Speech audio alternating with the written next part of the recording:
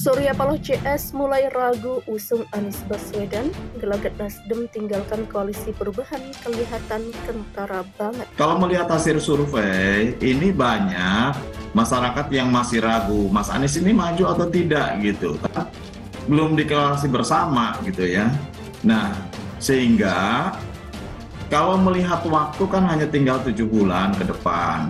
Dan kalau kemudian terlalu mepet nanti di akhir, itu kan hanya punya 75 hari untuk berkampanye. Sedangkan partai-partai lain kan, koalisi lain kan juga sudah ada yang mulai berkeliling kemana-mana dan saya kira akselerasinya lebih cepat gitu.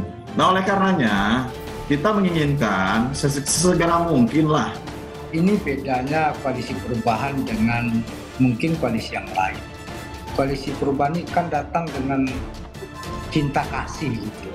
Ini kan orang yang jatuh cinta kepada Anies Baswedan bersama-sama, lalu kemudian membangun ikatan engagement secara full consciousness, full concern gitu. Itu bedanya. Jadi di sini tidak ada kawin paksa, tidak ada perjodohan, tidak ada. Jadi bukan Nasdem yang membangun koalisi perubahan, bukan. Tapi kalau kursi itu kakinya 3 itu katanya lebih kuat dari kaki 4 gitu ya. Jadi kakinya itu ya Nasdem, ya Demokrat, ya PKS. Sebuah upaya untuk meminimalisir risiko politik pasca terkonsolidasinya koalisi perubahan belakangan ini.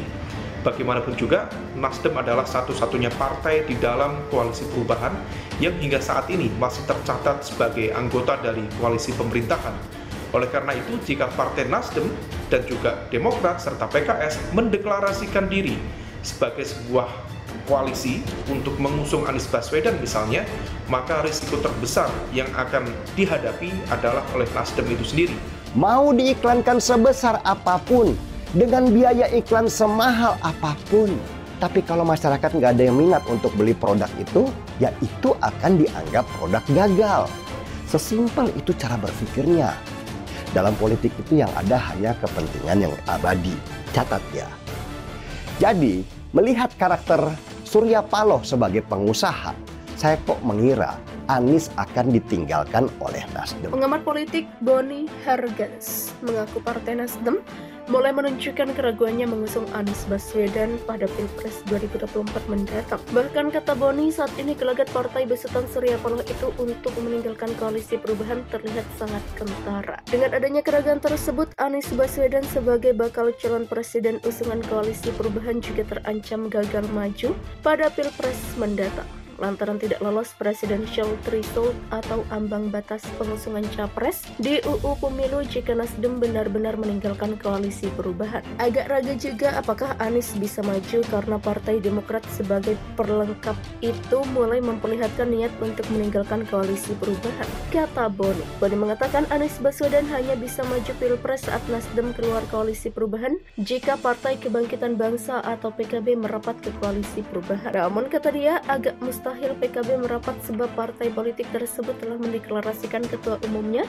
Muhaimin Iskandar menjadi cawapres pendamping Prabowo Subianto. Di sisi lain, PKB juga saat ini sedang digoda PDIP. Pegiat media sosial Dennis Siregar mengungkapkan 2 alasan para bohir tidak mau membiayai akal capres koalisi perubahan untuk persatuan Anies Baswedan maju di Pilpres 2024. Mulanya Dennis Siregar memprediksi biaya untuk maju Pilpres 2024 yang harus dikeluarkan para calon presiden seperti Anies Baswedan. Pada tahun 2019 berkisar 7-8 triliun rupiah dan kemungkinan akan naik 3-5 triliun di 2024. Dan masalah terbesar dalam Pilpres ini ongkos politik untuk bertarung itu semakin lama semakin mahal. Dulu tahun 2019 ada yang memperkirakan ongkos untuk seseorang ingin bertarung di Pilpres itu angkanya sekitar 7-8 triliun. Demikian ungkapnya. Sekarang di 2024 tentunya akan naik lagi. Mungkin saja ada di angka 10-12 triliun rupiah karena beban operasional yang semakin naik buat kebutuhan kampanye, bayar saksi di TPS dan lain-lain. Demikian lanjutnya, sehingga capres yang akan maju tidak cukup bermodal semangat, harus mempunyai modal yang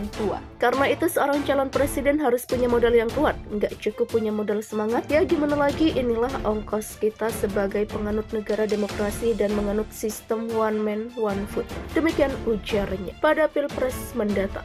lantaran tidak lolos presidential threshold atau ambang batas pengusungan capres di UU Pemilu jika Nasdem benar-benar meninggalkan koalisi perubahan. Agak ragu juga apakah Anies bisa maju karena Partai Demokrat sebagai perlengkap itu mulai memperlihatkan niat untuk meninggalkan koalisi perubahan, kata Boni. Boni mengatakan Anies Baswedan hanya bisa maju Pilpres saat Nasdem keluar koalisi perubahan jika Partai Kebangkitan Bangsa atau PKB merapat ke koalisi perubahan. Namun kata dia agak mustahil PKB merapat sebab partai politik tersebut telah mendeklarasikan ketua umumnya Muhaimin Iskandar menjadi cawapres pendamping Prabowo Subianto. Di sisi lain PKB juga saat ini sedang digoda PDIP. Pegiat media sosial Denny Siregar mengungkapkan dua alasan para bohir tidak mau membiayai akal capres koalisi perubahan untuk persatuan Anies Baswedan maju di Pilpres 2024. Mulanya Denny Siregar memprediksi biaya untuk maju Pilpres 2024 yang harus dikeluarkan para calon presiden seperti Anies Baswedan. Pada tahun 2019 berkisar 7-8 triliun rupiah dan kemungkinan akan naik 3-5 triliun di 2024. Dan masalah terbesar dalam Pilpres ini ongkos politik untuk bertarung itu semakin lama semakin mahal. Dulu tahun 2019 ada yang memperkirakan ongkos untuk seorang